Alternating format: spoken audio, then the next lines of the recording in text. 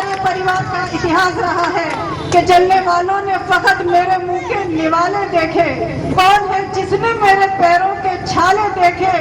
एक मुद्दत में अंधेरों से लड़ा हूं तन्हा, तब कहीं जाके जमाने ने ये उजाले देखे।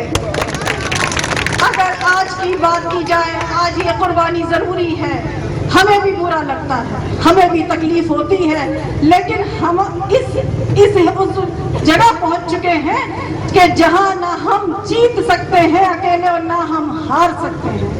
इसलिए हमारी हैसियत और हमारी औकात, अपनी हैसियत और अपनी औकात इंसान को सबसे पहले समझनी चाहिए कि हम सिर्फ अब जिताने के रह गए और हराने के रह गए। और अगर अब भी एक नहीं हुए तो यह समझ लेना कि यहाँ से हमारा नामो नक्श मिटाने के लिए ये संघी सरकार जो कोशिश कर रही है उसको तुम कामयाब करने का काम करोगे, उसके मंसूबों को कामयाब करने का काम करोगे। इसलिए बहुत अकलमंदी के साथ, बहुत जज्बाती ना होके, बहुत खामोशी के साथ एक साथ होके वोटों का जिहाद करो, क्योंकि हम सिर्फ वोटों का जिहाद कर सकते हैं और इस संघी सरकार को भगाने का काम कर सकते हैं।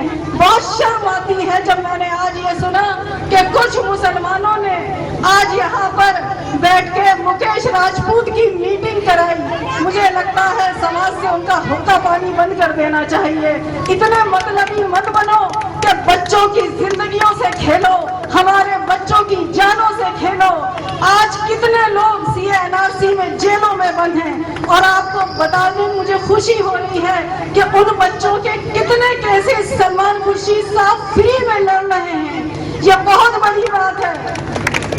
हम लड़ रहे हैं, आपके लिए संघर्ष कर रहे हैं, लेकिन अगर आप साथ नहीं दोगे तो हम अकेले कुछ नहीं कर सकते, क्योंकि हमारी ताकत आप हो। और आप अगर ऐसे दिल छोड़ के बैठ जाओगे कि अब कुछ नहीं होगा, तो ऐसा नहीं होगा।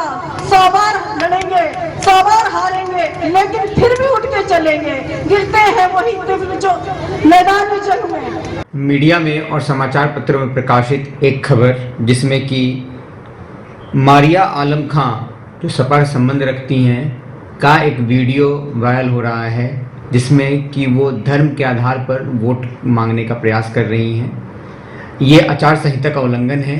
FST टीम के मजिस्ट्रेट के द्वारा लिखित तहरीर थाना कायमगंज पर दी गई। उस तहरीर के आधार पर IPC और लोक प्रतिनिधित्व अधिनियम के अंतर्गत मुकदमा पंजीकृत कर लिया गया है और इसकी विवेचना कर जो भी दोषी होगा उसके विरुद्ध कार्रवाई की जाएगी। देखिए, भारत के अंदर ना लव जिहाद चलेगा, ना जमीन का जिहाद चलेगा और ना वोट का जिहाद चलेगा। इस समय अगर कुछ भी चलेगा तो हिंदुस्तान के विकास का संकल्प चलेगा, विकसित भारत के गारंटी का संकल्प चलेगा।